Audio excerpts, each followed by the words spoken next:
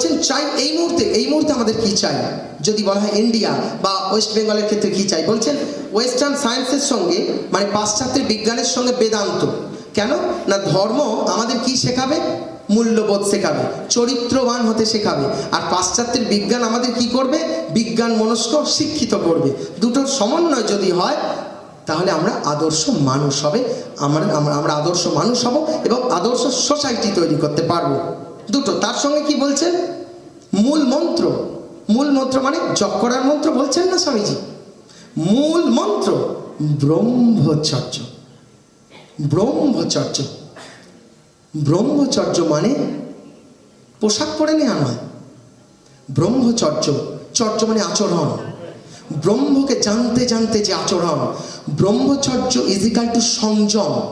এর দুটো সংজ্ঞা আছে। একটা স্বামীজি দিয়েছেন হাইস্ট লেভেলের একটা ডেফিনেশন, বলছেন কায় মনোবাক্যে পবিত্রতা রক্ষার নাম ব্রহ্মচর্য।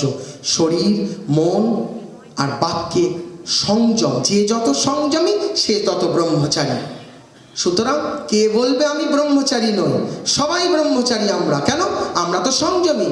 যে সংযমী নয়, শ্রীমা বলছেন সংযমে মানুষ দেবতা হয়, অসংযমে পশু হয়। তার মানে যে অসংযমী সে সেই মুহূর্তে পশু।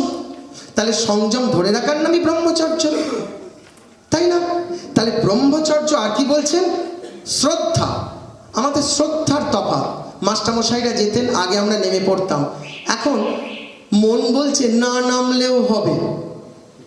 বিতিকিচ্ছিরি এক কালচারের মধ্যে আমরা যাচ্ছি।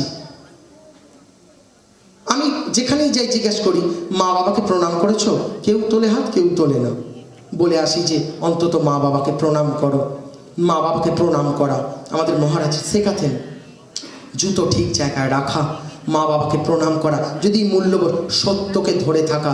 আমাদের বিবেকানন্দ বিদ্যাভবনের ছাত্ররা শপথ বাক্য পাঠ করে, ওগুলো শুধু মুখস্থ করার জন্য নয়, ওর একটাও যদি পালন করা যায় তাহলে তার ক্যারেক্টার ফর্ম হবে। স্বামীজি বলছেন যে অজস্র তথ্যকে তোমার ভেতরে জমায়েত করলে আর সেগুলো অসম্বদ্ধভাবে ঘুরপাক খেতে লাগলো, হজম হলো না, এটাকে শিক্ষা বলে না। শিক্ষা কাকে বলে? যদি 5টি আইডিয়া, 5টি ভাব, তুমি 5টি ভাবকে নিজ জীবনে ফুটিয়ে তুললে। ওই জন্য বলছেন যে যদি তথ্য সংগ্রহে শিক্ষিত হয় তাহলে বিশ্বকোষগুলো আর এই লাইব্রেরিগুলোই তো বড় বড় ঋষি বা জ্ঞানী হবে, তাই না? তাহলে তথ্য নয়, তোমার জীবনে কি ওটা ফুটে বেরিয়েছে? এইটি স্বামীজি